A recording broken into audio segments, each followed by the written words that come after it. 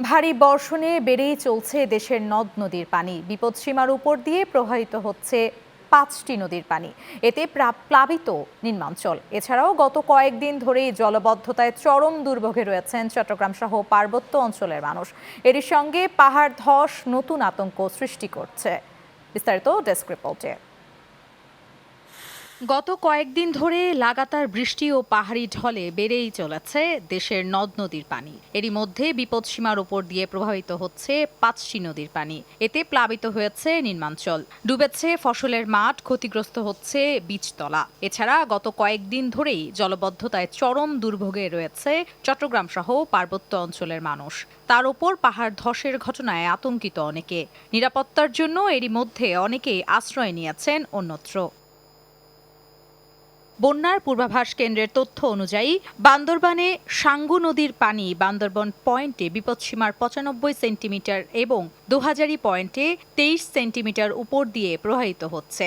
মাতামুহুরী নদীর পানি লামা পয়েন্টে 47 সেন্টিমিটার এবং কক্সবাজারে চিরিঙ্গা পয়েন্টে 32 সেন্টিমিটার এর উপর দিয়ে বইছে।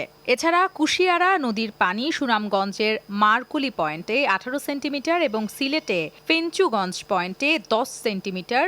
মনু নদের পানি মৌলভীবাজারের মনু রেল সেতুর পয়েন্টে 35 সেন্টিমিটার ও মৌলভীবাজার পয়েন্টে 80 সেন্টিমিটার এবং খোয়াই নদীর পানি হবিগঞ্জের বল্লা পয়েন্টে 60 সেন্টিমিটার উপর দিয়ে প্রবাহিত হচ্ছে। এদিকে তিস্তা নদীর ডালিয়া, কাউনিয়া ও তারাপুর, কুশিয়ারা নদীর শেরপুর, সুরমা নদীর কানাইঘাট, ছাতক ও সুনামগঞ্জ, সোমেশ্বরী নদীর কলমাকান্দা এবং ছোট ফেনী নদীর কোম্পানিগঞ্জ স্টেশনে পানি সতর্ক সীমার কাছাকাছি রয়েছে।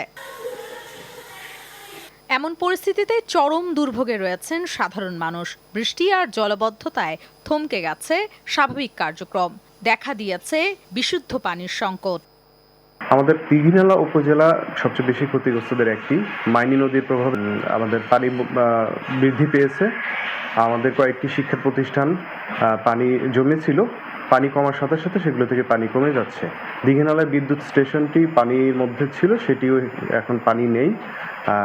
কয়েকটি লাইন ইতিমধ্যে চালু হয়ে গিয়েছে। প্রয়োজনীয় খুব ত্রাণ তৎপরতা অব্যাহত আছে। উপজেলা নির্বাহী অফিসারগণ এবং অন্যান্য সকল দপ্তর সরকারের কাজ করে যাচ্ছে নিরলসভাবে। রাজনৈতিক নেতৃবৃন্দ, সামাজিক নেতৃবৃন্দ সবাই নিরলসভাবে কাজ করে যাচ্ছে। এদিকে আবহাওয়া অফিস জানিয়েছে সহসাই মিলছে না সুখবর।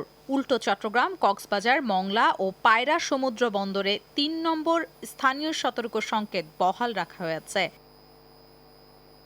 Channel 9 news desk.